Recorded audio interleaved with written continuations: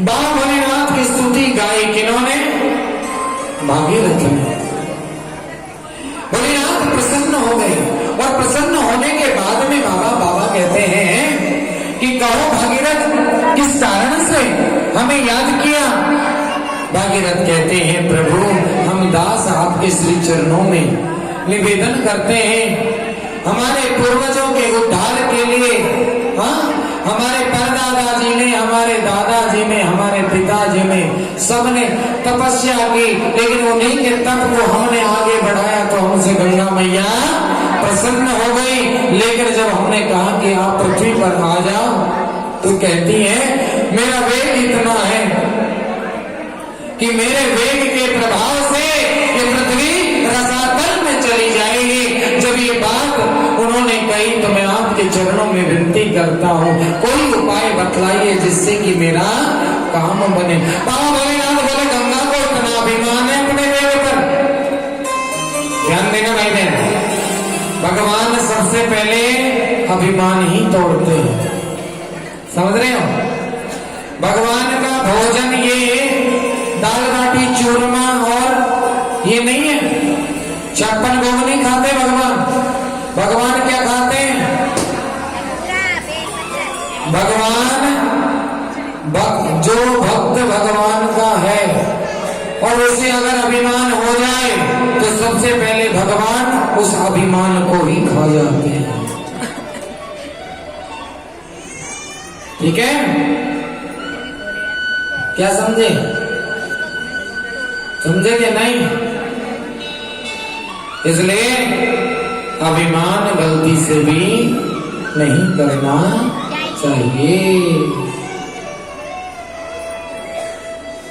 भगवान की कृपा देखिए, बाबा भोलेनाथ कहते गंगा को इतना अभिमान है अपने वेग पर, जाओ गंगा से कह दो हमारी जटाओं में उतर जाएगी। बाबा भोलेनाथ ने अपनी पूरी जटाओं को खोला और जैसे ही खोला गंगा से कहा, पूर्ण वेग के साथ जितना तुम्हारे अंदर वेग है उस वेग के साथ बाबा की जटाओं में उतर जाओ। गंगा पूर्ण वेग के साथ महाराज भोलेनाथ जी की जटाओं में उतर गई और जैसे ही गंगा मैया जटाओं में आई वैसे ही बाबा भोलेनाथ ने अपनी जटाओं को समेटा और जूड़ा बना लिया। देखा है ना, भोलेनाथ ने जूड़ा बना लिया। 6 माह तक गंगा को मार्ग नहीं मिला बाबा की जटाओं से बाहर निकलने का। कितने दिनों तक? 6 माह तक। तब जाकर गंगा ने स्तुति गाई, भगवान का स्तवन किया, निवेदन किया। तब बाबा भोलेनाथ प्रसन्न हुए गंगा पर और गंगा को निकलने के लिए केवल एक धार गंगा के निकाली। गंगा का पूरी गंगा को नहीं निकाला, केवल उसका मुख। आप जब भी देखते होंगे यूं देखते होंगे बाबा की जटा से केवल मुख निकला है, पूरी गंगा मैया बाहर नहीं है। केवल गंगा मैया का एक मुख बाहर निकला है। बाबा ने जूड़ा थोड़ा ढीला किया, गंगा जी को निकलने का मार्ग मिला। तब से लेकर अब तक वही गंगा मैया मेरे सदाशिव की जटाओं से निकली, मेरे नारायण के चरणों का प्रक्षालन किया, ब्रह्मा जी के कमंडल में आई और ब्रह्मा जी के कमंडल से आज भी उत्तर भारत से लेकर दक्षिण भारत तक महाराज पूरी पृथ्वी पर कलकल करती बहने लगी और मेरे भारतवर्ष को महान बनाया। कलकल करती निनादनी जल की धार जब बहकर के गंगा मैया की आई तो आज उसी गंगा मैया के जल से राजा सगर के 60,000 पुत्रों का जैसी गंगा मैया के जल का स्पर्श हुआ वैसे उनका उद्धार हो गया। तब से लेके आज तक ये परंपरा चली आई है कि जब कोई जीव इस धराधाम से चला जाता है तो उसके अस्थि पुष्पों को ले जाकर गंगा मैया में ही विसर्जन किया जाता है। क्या बोलना पड़ेगा?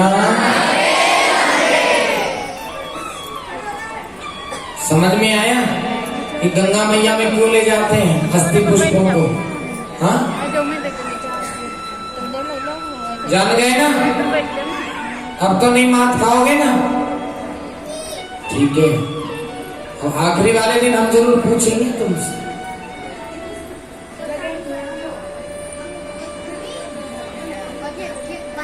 जो यहाँ सुनते हो उसे अपने कानों से सुना करो और सीधा हेड ऑफिस पहुंचा दिया करो दिमाग में, और दिमाग से फिर से अपने हृदय में उतार लिया करो ताकि वो तुमसे कभी बिछड़ ना पाए। क्या बोलना पड़ेगा? चकाचक बोलना पड़ेगा। मेरे प्यारे हो, इस प्रकार गंगा मैया का अवतरण हुआ और इसी वंश के अंदर आगे चल करके राजा दशरथ हुए। कौन हुए? राजा दशरथ हुए। और राजा दशरथ के यहाँ आपको पता है कोई भी पुत्र नहीं हो पाया, 3 रानियां होते हुए भी। हाँ, कौन कौन सी रानी थी?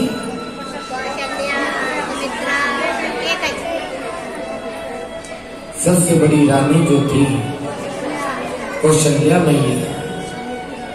हाँ, दूसरी जो रानी थी कैकेयी मैया, और तीसरी जो रानी थी सुमित्रा मैया। हाँ, पुत्र कामेश यज्ञ कराने के लिए श्रृंगी ऋषि जी का आगमन हुआ और उस यज्ञ की हवि से, उस यज्ञ से अग्निदेव चरु का प्रसाद लेकर के प्रकट हुए और वह प्रसाद जब तीनों रानियों को दिए जाने की बात कही तो राजा दशरथ ने केवल 2 ही रानियों को प्रसाद दिया। किन किन को? कैकेयी अम्मा को और कौशल्या मैया को। दोनों विचार करती हैं। कैकेयी मैया सोचती है सुमित्रा को प्रसाद नहीं मिला, मुझे अपने इस प्रसाद का आधा भाग सुमित्रा को दे देना चाहिए। इधर कौशल्या मैया विचार करती है कि मुझे सुमित्रा ने प्रसाद नहीं मिला, सुमित्रा को मुझे अपना आधा भाग देना चाहिए। ये सद्भावना है।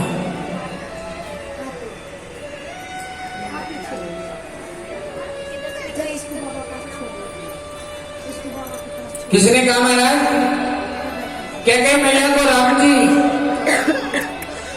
समझ जाते, कैकेयी मैया को भरत जी, कौशल्या मैया को राम जी, लेकिन सुमित्रा मैया को 2 पुत्र क्यों हुए? हाँ, क्योंकि उन्होंने जो प्रसाद था उसका आधा भाग दोनों ही रानियों ने सुमित्रा मैया को दिया था।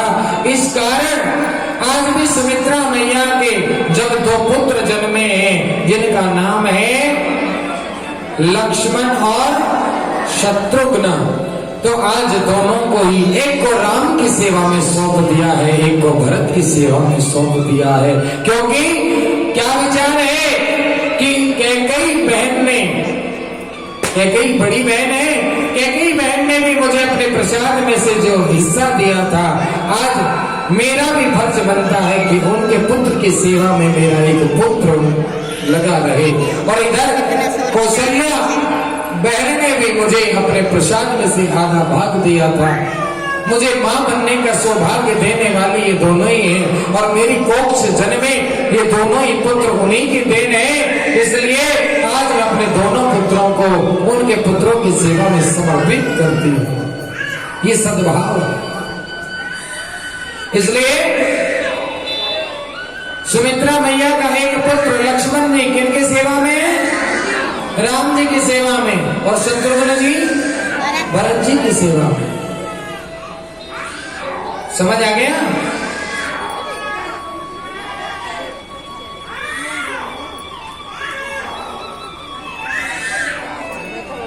इसको कोई कष्ट हो तो भैया बाहर ले जाओ, थोड़ा घुमा लो।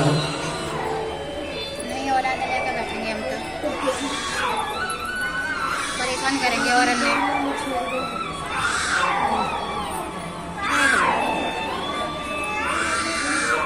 क्या बोलना पड़ेगा? राग